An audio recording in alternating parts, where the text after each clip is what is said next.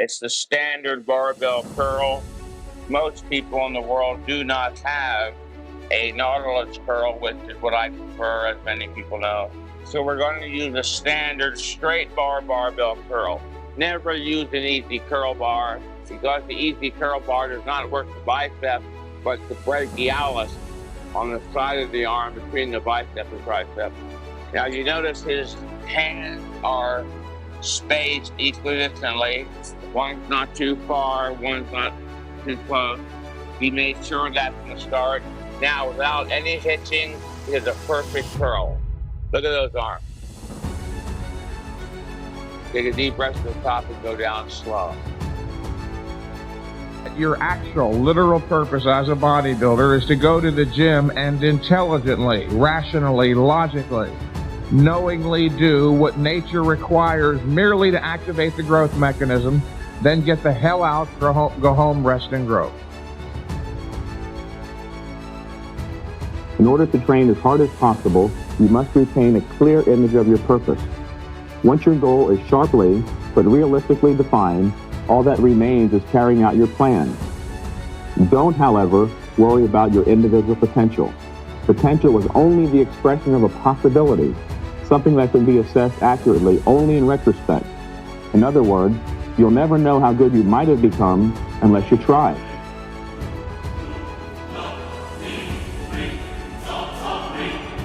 What is that one thing about the exercise, the workout? Where do we look to discover the element responsible for stimulating growth? Not quantity of exercise, but what?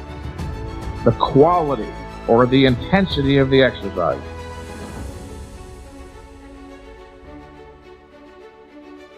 Not quantity of exercise, the quality or the intensity of the exercise.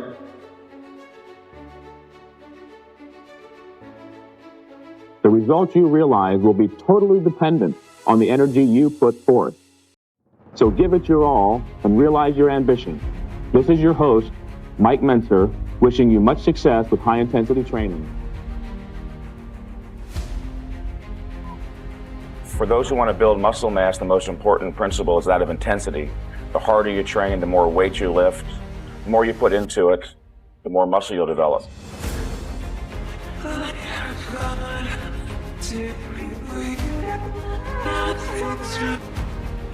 Get back to what you knew before, Mike Mentzer. That emotional trauma you had with your father dying in the magazine and whatever else, along with the amphetamines, really did do something to your mind. And erase all of that and go back to what you did know for sure. How many hours a day do you have to work to develop a physique like that? Well, most bodybuilders train at least 3 hours a day, 6 days a week, but I only train a total of 3 hours a week. Okay, what do you do during those hours? Train very hard.